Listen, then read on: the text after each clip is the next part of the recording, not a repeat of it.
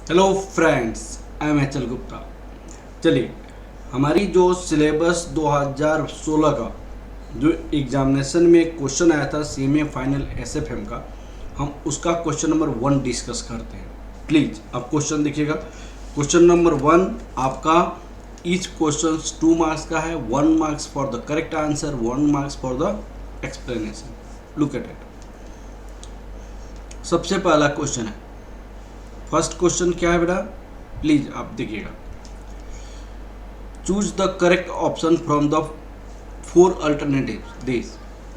Question number 1, a project action limited requires ₹30 lakh equity investment and expect perpetual annual cash inflow after the tax ₹8 lakh.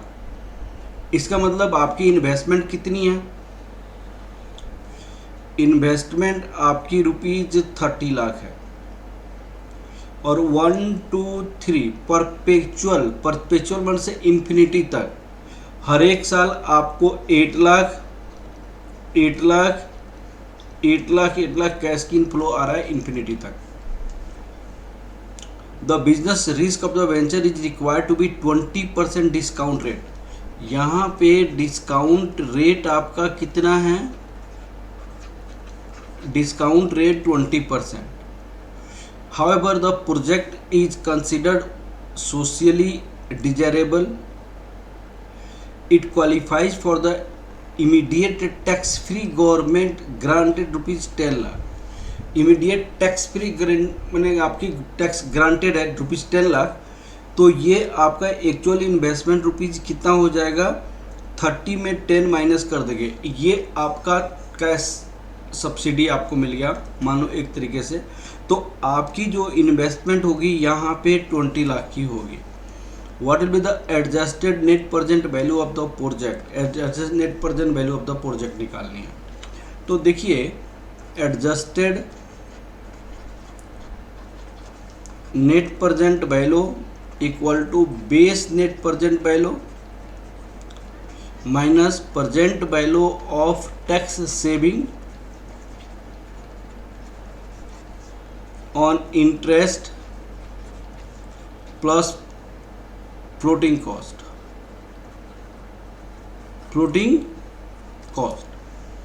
तो भाई इसकी information नहीं दिया हुआ है क्वेश्चन में, इसकी इंफॉर्मेशन नहीं दिया हुआ है, लेकिन इतना दिया हुआ है कि आपका ₹8 लाख आ रहा है और आपको कब तक आ रहा है? इन्फिनिटी पीरियड तक आ रहा है। तो आपका प्रेजेंट वैल्यू फॉर परपेचुटी क्या होता है? Present value for perpetuity cash inflow divided by desired rate, interest rate, discount rate, ये होता है। तो कैश इनफ्लो 8 लाख है और डिजायर्ड रेट 20% है, डिस्काउंट रेट 20% है। और ये आपका इनफ्लो हो जाएगा बेस नेट प्रेजेंट वैल्यू का। आउटफ्लो आपका नेट आउटफ्लो कितनी है आपका बताइएगा? 20 लाख है। तो यहाँ पे क्या लिखेंगे आप? ₹20 लाख। इसकी इंफॉर्मेशन आपको 0 है, इसकी इंफॉर्मेशन 0 है। तो कितना हो जाएगा बताइए आप?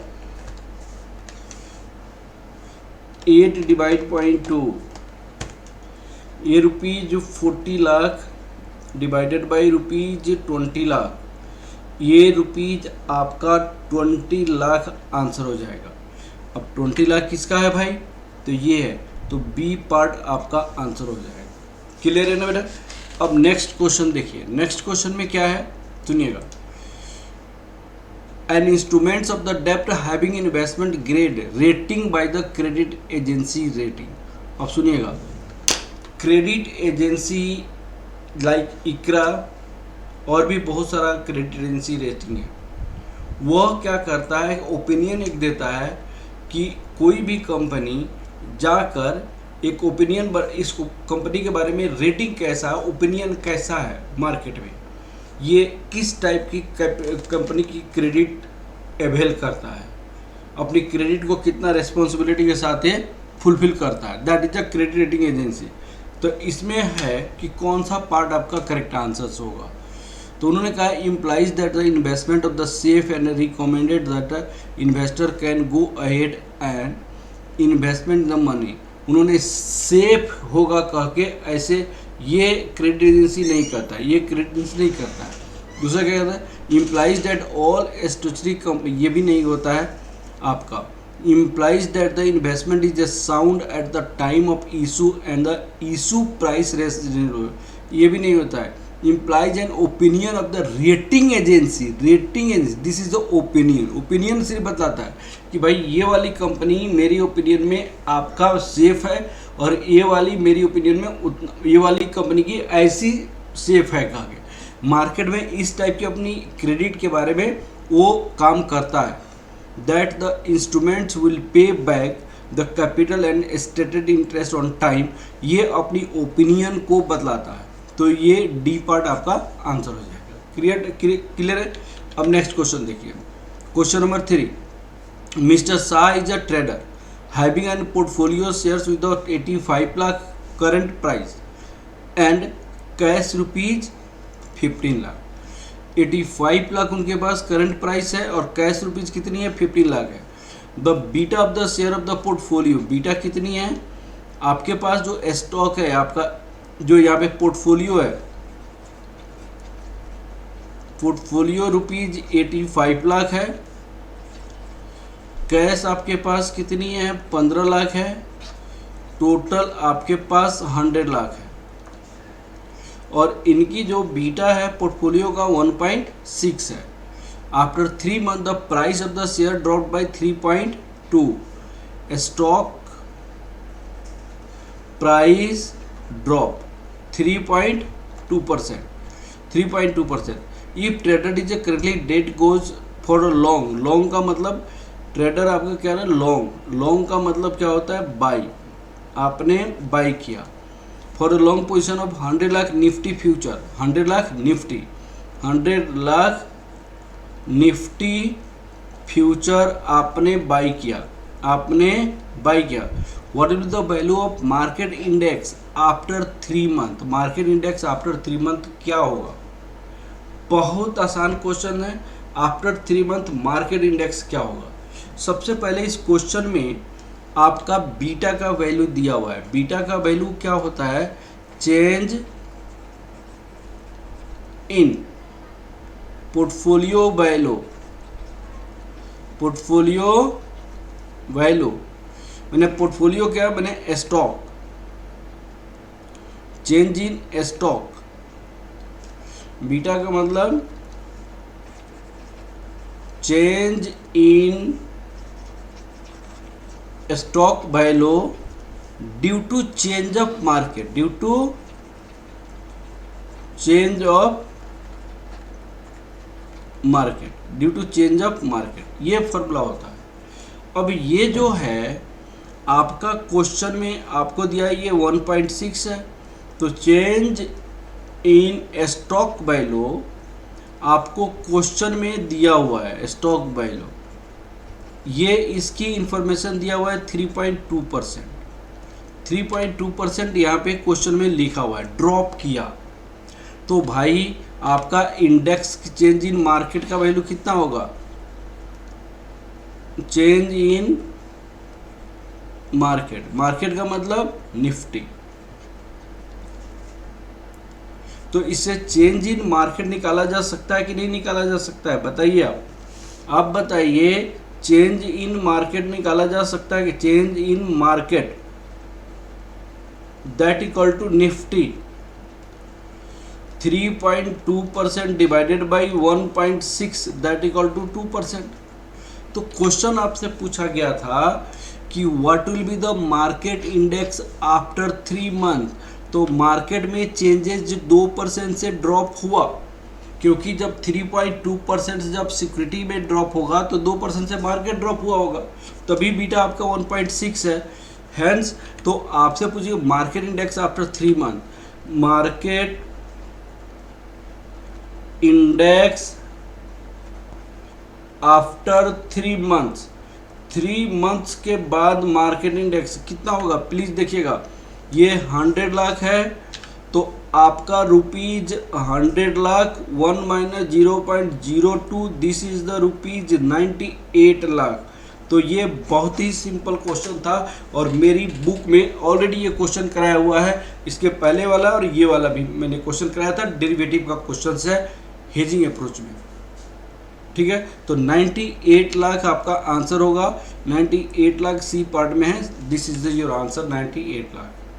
ठीक है, अब क्वेश्चन आपको आगे की ओर बढ़ते हैं। ये वाली क्वेश्चन देखिए, इस क्वेश्चन में क्या है, the net assets value rupees 8.60 at the beginning. Net assets value at beginning rupees 8.60। Meanwhile funds distributes rupees 0.80 as the dividend, 0.70 in capital gain. तो डिविडेंड इनका कितना है 0.80 और कैपिटल गेन आपकी कितनी है 0.70। ये आपका इंफॉर्मेशन दिया हुआ है। If the funds return during the year 26.16%, return percentage कितना दिया हुआ है 26.16%। तो net assets value at the end of the period आपको निकालनी है। बहुत ही सिंपल क्वेश्चन है कैपिटल बस्टिंग का। तो मैंने आपको बताया हुआ है कैपिटल बस्टिंग में return percentage, net assets value 1 minus net assets value 0 plus dividend plus capital gain whole divided by net assets value 0। ये फॉर्मूला होता है इनटू 100। तो ये दिया हुआ है 26.16%, ये दिया हुआ है। अब आपको नेट एसेट वैल्यू 1 निकालनी है, तो कैसे निकलेगा, एकदम आराम से निकल जाएगा। और x equal to 8.60 plus 0.80 plus 0.70 whole divided by 8.60 into 0.2616 और x minus 8.60 plus 1.50 into 0.2616 into 8.60 into 8.60। अब आपको x की वैल्यू निकालनी है और नेट एसेट्स वैल्यू 1 8.6 इंटू 0.2660, तो ये हो जाएगा 2.2876 plus 8.60 minus 1.50 plus 8.6 minus 1.5 rupees 9.3876। ये आंसर आना चाहिए net assets value at the end of the year. तो दिस इज योर आंसर 9.3876। 9.3876 आपका कौन सा आएगा 3876। ये सी पार्ट आपका आंसर हो जाएगा, सी पार्ट आपका आंसर हो जाएगा, सी पार्ट। ये गलत हो गया क्या, एक मिनट में थोड़ा चेक करता मेरा। 0.2616 है, 0.860 है और 8.60। 0.2616 इंटू 8.60 2.24976 24। यहाँ पे गलत हो गया, ये आपको आना चाहिए था 2.24976 प्लस 8.60 माइनस 1.50। ये आपका होगा बेटा यहाँ प्लस 8.6 माइनस 1.5, ये 9.34976, इसका मतलब 9.35। ये आपका आंसर हो जाएगा। बहुत ही सिंपल क्वेश्चन, जस्ट फॉर्मूला पे बेस था। तो ये बी पार्ट आपका आंसर हो जाएगा 9.35। क्लियर है बेटा। अब हम आगे की ओर बढ़ते हैं, ये वाली क्वेश्चन देखते हैं। ये क्वेश्चन भी बहुत आसान क्वेश्चन है, बहुत आसान क्वेश्चन है। एक बात आपको जानना पड़ेगा, बीटा का formula, coefficient of correlation security, standard deviation security, standard deviation of market, ये क्वेश्चन फॉर्मूला होता है। इसका यूटिलाइजेशन इसमें करेंगे हम। देखिएगा क्वेश्चन में क्या है, the share of the Sharpe ratio and Treynor ratio. इसमें क्वेश्चन में दिया हुआ है शार्प रेशियो, क्या फॉर्मूला होता है, return of the security minus return of the risk free divided by standard deviation of the security. और ट्रेनर रेशियो, ट्रेनर रेशियो में क्या फॉर्मूला होता है, Treynor ratio return of the security minus return of the risk free whole divided by beta of the security. इसकी formula दिया हुआ है question में। उन्होंने कहा Sharpe ratio and Treynor ratio of the Reliance growth funds 0. यहाँ पे 56 है और ये 9.80 है। दो क्वेश्चन दिया हुआ है, 0.56 9.80। क्वेश्चन आ गया, the coefficient of correlation between funds and the market index. मैंने coefficient of correlation security, funds का ये या security, that is given at 0.70। What is the standard deviation of the market index. आपसे क्वेश्चन पूछा है ये आपका क्या होगा, दिस इज योर व्हाट। तो this is the equation first हम मान लीजिए, बीटा की वैल्यू आप इक्वेशन फर्स्ट मान लीजिए और बीटा का वैल्यू यहाँ पे निकालिए। अब क्वेश्चन ये है कि इसको फर्स्ट, इसको सेकंड, इसको थर्ड निकाल लीजिए आप। Now from first,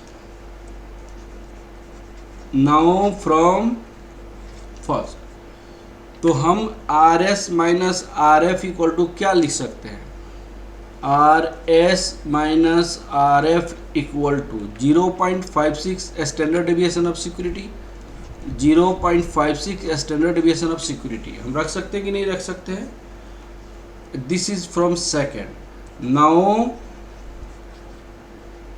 from third, अब हम R S minus R F equal to 0.56 into standard deviation security रख सकते हैं। ये 0.56 स्टैंडर्ड डेविएशन ऑफ सिक्योरिटी और बीटा आपको कितना हो जाएगा यहाँ पे, बीटा की वैल्यू होगी coefficient of correlation security, standard deviation security, standard deviation market. यहाँ पे coefficient of correlation security, standard deviation of security, यहाँ पे ये है ये standard security, standard deviation of market. This is given there 9.80, यहाँ पे 9.80 है। अब स्टैंडर्ड डेविएशन ऑफ सिक्योरिटी यहाँ पे भी है, स्टैंडर्ड डेविएशन ऑफ सिक्योरिटी यहाँ पे भी है, ये दोनों आपका कैंसिल हो जाएगा और 0.56 ये स्टैंडर्ड ऑफ मार्केट यहाँ पे हो जाएगा, standard of market. Coefficient of correlation of security आपको दी हुई है 0.70, तो यहाँ पे 0.70 रखेंगे, ये 9.80। क्या स्टैंडर्ड डेविएशन ऑफ मार्केट निकाला जा सकता है कि नहीं निकाला जा सकता है, एकदम निकाला जा सकता है। स्टैंडर्ड डेविएशन ऑफ मार्केट कितना होगा बताइए, standard deviation of market 9.80 into 0.70 divided by 0.56 कितना आ जाएगा, 9.8 इंटू 0.7 डिवाइड 0.56, ये 12.25%, 12.25% should be the answer. Please आप चेक कीजिएगा, 12.25% आंसर होगा, ये फर्स्ट पार्ट का आंसर है। क्लियर है ना बेटा। अब हम आगे की ओर बढ़ते हैं, ये वाली क्वेश्चन देखिएगा, ये 12.25%। ये 6 नंबर क्वेश्चन देखिएगा, बहुत आसान क्वेश्चन है। देखिए, the current market price of the equity share is ₹400। अभी की मार्केट प्राइस इक्विटी का प्लीज़ आप देखिएगा, स्पॉट प्राइस इक्विटी का कितनी है, ₹400 है। And it is expected that the stock price after 3 month will be either, यहाँ पे आपको 3 मंथ के बाद यहाँ पे एक एक्सरसाइज प्राइस होता है और इस एक्सरसाइज प्राइस के बाद मार्केट प्राइस या तो 432 हो जाएगा या तो मार्केट प्राइस 360 हो जाएगा। If the risk of free interest rate 12%, risk free interest rate आपकी 12% पर एनम, यहाँ पे कंटिन्यूअस कंपाउंडिंग, क्योंकि कंटिन्यूअस कंपाउंडिंग इन्फॉर्मेशन दिया हुआ है। What should be the value of 3 month call option under the risk and neutral method if strike price is ₹388। 388 है तो उसकी आपकी क्वेश्चन पूछा गया है if the risk free interest what should be the value of 3 months call option. 3 month call option की value निकालनी है आप, 3 मंथ कॉल ऑप्शन का। अब बताइएगा वैल्यू ऑफ कॉल यहाँ पे कितना होगा, वैल्यू ऑफ कॉल 432 माइनस 388, तो ये आपको 432 माइनस 388, तो ये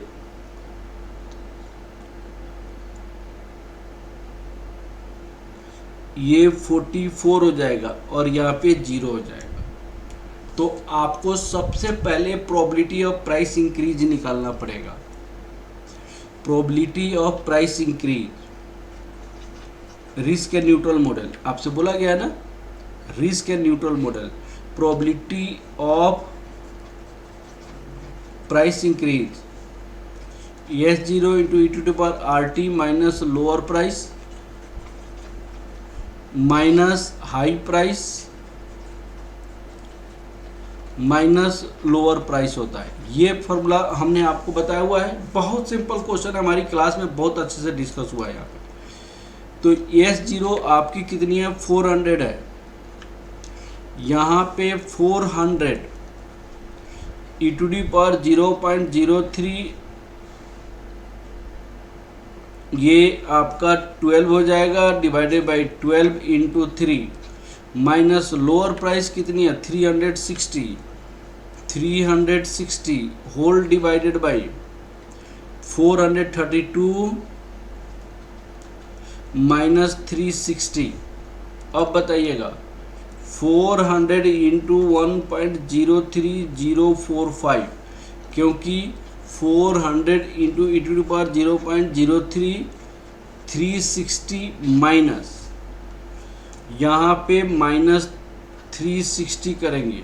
अब 432 माइनस 360 करते हैं तो यहाँ पे 72 हो जाता है, यहाँ पे 72 हो जाता है। अब क्वेश्चन देखिएगा 400 इंटू 1.0345 माइनस 360 करेंगे तो कितना हो जाएगा 360 करेंगे तो कितना हो जाएगा बताइए आप। 400 इंटू 1.03045 माइनस 360 करेंगे तो 52.18 हो जाएगा, यहाँ पे 52.18 और ये 72, तो डिवाइड अगर 72 करेंगे 52.18 डिवाइड 72 करेंगे तो पॉइंट यहाँ पे 0.7247 इसकी प्रोबेबिलिटी होगी, प्रोबेबिलिटी ऑफ प्राइस इंक्रीज। तो आप बताइए प्रोबेबिलिटी ऑफ प्राइस डिक्रीज कितना होगा, probability of price decrease 1 minus 0.7247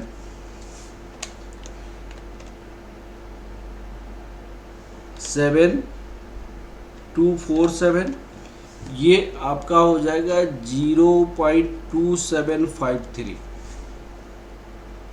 अब सुनिएगा यहाँ पे एक्सपेक्टेड वैल्यू ऑफ ऑप्शन क्या होगा, यहाँ पे देखिएगा expected value of call option, call option 44 हो सकता है कि प्राइस हो, लेकिन उसकी प्रोबेबिलिटी कितनी है? हो सकता है 44, 0.7247, 0.7247 प्लस हो सकता है कि जीरो हो, कि इसकी प्रोबेबिलिटी कितनी है? 0.2753, यहाँ पे 0.2753। अब इसकी एक्सपेक्टेड वैल्यू कितना होगा बताइएगा? 44 इंटू 0.7247 तो 31 पॉइंट कितना हो जाएगा? 31.8868 रुपीज, 31.8868। लेकिन आपको फेयर प्राइस टुडे निकालना है, आज निकालना है। What should be the value of 3 month call option trader risk editorial method? तो 31 पॉइंट, तो present value of expected value call कितना होगा? Rupees 31.8868 whole divided by e to the power 0.12 divided by 1/3, rupees 31.8868 whole divided by e to the power 0.03, rupees 31.8868 1.03045, तो divide 1.03045, तो ये answer आ जाएगा आपको 30.94, ये आपका आंसर हो जाएगा। तो this is your value, this is your answer. तो ये भी क्वेश्चन हमारा कंप्लीट हो गया, ये भी क्वेश्चन हमारा कंप्लीट हो गया। अब हम आगे की ओर बढ़ते हैं। ये वाला क्वेश्चन देखिए, क्वेश्चन नंबर 7। क्वेश्चन नंबर 7 देखिएगा please. While plotting a graph with the x-axis and expected return of y-axis, a line drawn with the coordinate of this and this is called।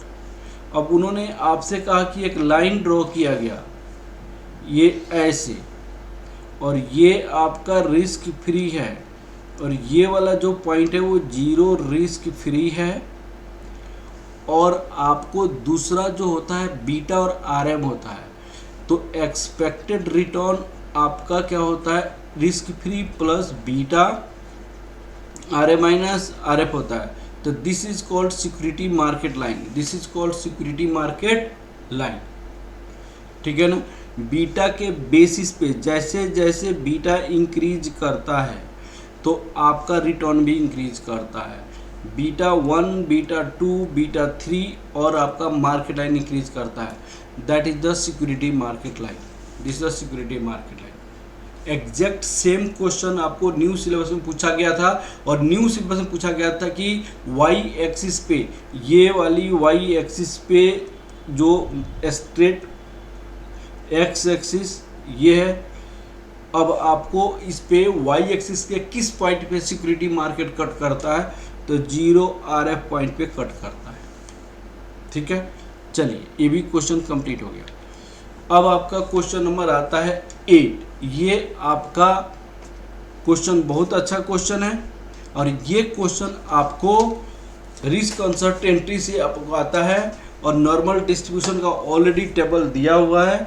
तो उस नॉर्मल डिस्ट्रीब्यूशन के table के basis पे Z की value निकालेंगे, और Z की value निकालकर हम उसकी वैल्यू को कैलकुलेशन करेंगे, ठीक है। क्वेश्चन देखते हैं, बहुत अच्छा क्वेश्चन है।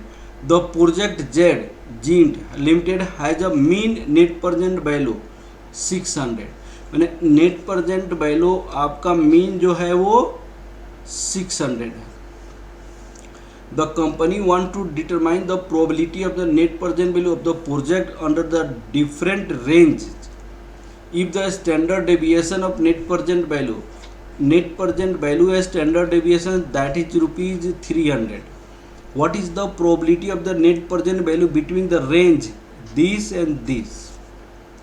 मैंने आपका एक नेट प्रेजेंट वैल्यू आपका ₹375 होने का और नेट प्रेजेंट वैल्यू ₹675 होने का, क्या दोनों के बीच की प्रोबेबिलिटी होने की क्या चांसेस है?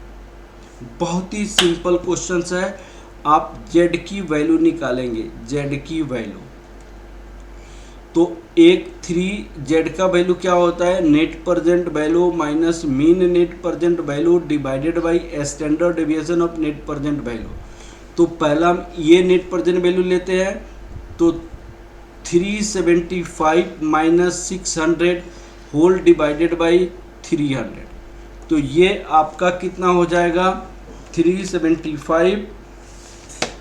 इसका आप लोग एकदम कंसीडर करेंगे 375 माइनस 600 डिवाइड 300, ये आपका माइनस 0.75 होता है। और जेड की वैल्यू जब 675 हो तो उसमें तो 675 माइनस 600 होल डिवाइडेड बाई 300, तो 675 माइनस 600 डिवाइड 300, तो ये 0.25 आता है, 0.25। ये आपका जेड का वैल्यू हो गया। अब आप सुनिएगा, यहाँ पे नॉर्मल डिस्ट्रीब्यूशन कर्व बनाएंगे। यहाँ पे नॉर्मल डिस्ट्रीब्यूशन कर्व आपको बहुत अच्छे से हमने आपको बनाया था, इसके बारे में बहुत ज़्यादा डिस्कशन किया था under risk uncertainty capital budgeting का पार्ट में, इन्वेस्टमेंट एनालिसिस में। तो यहाँ पे जो होता है जेड की वैल्यू क्या होता है? 0 होता है। ये आपका जेड का वैल्यू कितनी है? 0.25, राइट हैंड साइड में पॉजिटिव होता है, और ये आपकी जेड की वैल्यू आपको माइनस 0.75 लेफ्ट हैंड साइड में नेगेटिव होता है। अब यहाँ पे जब आपकी ये होता है तो उसकी वैल्यूज क्या है वो इन्फॉर्मेशन में दिया हुआ है। तो right hand side left hand side आपका सेम एरिया होता है, सेम प्रोबेबिलिटी होता है। तो 0.75 में ये दिया हुआ है, तो इसकी प्रोबेबिलिटी कितनी है? 0.27337 इनकी प्रोबेबिलिटी है 0.75 का, और इसका कितना? 0.25 का 0.871 है। तो आपसे पूछी गई तो दोनों के बीच का प्रोबेबिलिटी कितनी है? तो दोनों के बीच की प्रोबेबिलिटी को निकालने के लिए ये सारी चीज़ें आपको ऐड करना पड़ेगा दोनों को। तो the probability between net present value this and this is the required probability आपका क्या हो सकता है बताइएगा? 0.27337 प्लस 0.09871, तो कितनी प्रोबेबिलिटी होगा? 0.27337 प्लस 0.09871, तो 0.37 आपका आंसर है 0.37208, तो ये हो जाएगा 0.37208। तो आपको 37.21% आपका आंसर हो जाएगा, 37.21%। तो कौन सा आंसर होगा? ये वाली पार्ट आपका आंसर हो जाएगा 37.21%। ये क्लियर हो गया बेटा? चलिए अब हमारे पास क्वेश्चन है, ये क्वेश्चन नंबर 9। तो 9 नंबर क्वेश्चन देखिएगा, ये भी बहुत आसान क्वेश्चन है। क्वेश्चन नंबर 9 प्लीज आप कंसंट्रेट करेंगे। Question number 9, the following various currency codes are available. ये आपको रुपीज पर पाउंड दी हुई है। यहाँ पे क्या दिया हुआ है? Rupees per pound is 104.0215, 104.0215, 104.5505, pound per dollar is pound per dollar is 0.7155, 0.7195, dollar per yen 100 is 0.8695, 0.8710। आपसे क्वेश्चन क्या जा रहा है, the rate of 100 yen can be purchase with the rupee. क्या 100 एन के बराबर, 100 एन के बराबर क्या रुपी में होनी चाहिए, ये बताना है। तो ये बहुत ही सिंपल है, आपको क्या करनी है, रुपी पर pound, pound per dollar, dollar पर येन, 100 येन। तो ये आपकी पाउंड, पाउंड से कैंसिल हो जाएगा, डॉलर, डॉलर से कैंसिल हो जाएगा, ये रुपी पर 100 येन हो जाएगा।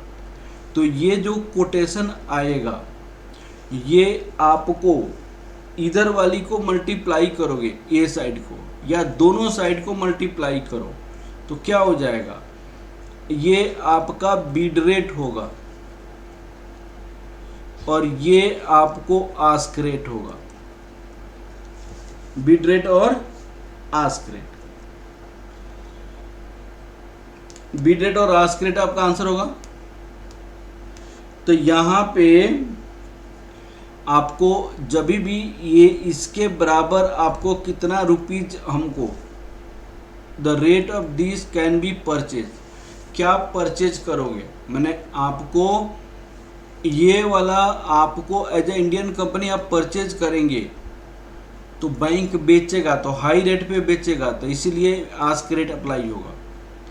तो आस्क रेट जब अप्लाई करेंगे तो 104.5505 इंटू 7195 इंटू 8710, तो ये आपकी 100 एन के प्लेस पे हो जाएगा। तो कितना हो जाएगा बताइएगा आप, आस्क रेट 104.5505 इंटू 0.7195 इंटू 0.8710, तो 65.52, ये रुपीज 65.52। तो आप 100 येन परचेज करने के लिए 65.52 रुपीज आप खर्च करना पड़ेगा।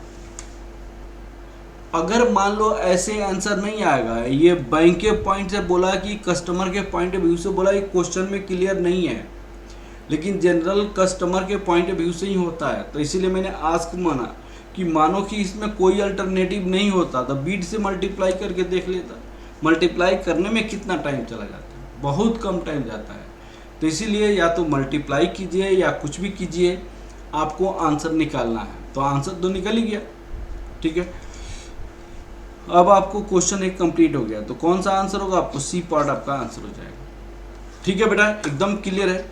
अब क्वेश्चन देखिएगा आप, उन्होंने कहा कि if the reserve bank of India intend to reduce the supply of money of being drawn down of inflation it might, inflation को डाउन करने के लिए रिजर्व बैंक ऑफ इंडिया क्या करता है, तो आपको increase in a cash reserve ratio, cash reserve ratio को जब इंक्रीज करता है तो उस केस में, रिजर्व बैंक ऑफ इंडिया के केस में आपकी क्या होता है, इन्फ्लेशन डाउन होता है, लिक्विडिटी मार्केट में कम हो जाता है, तो इन्फ्लेशन डाउन हो जाता है।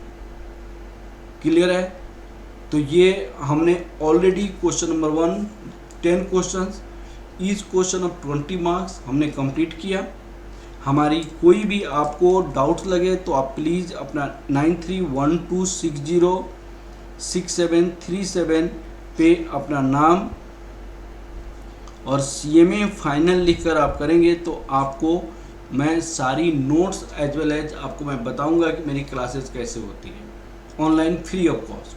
ओके, ये नंबर को आपको सेव करनी है और मुझे सेंड करनी है। Okay, next questions next class में होगा।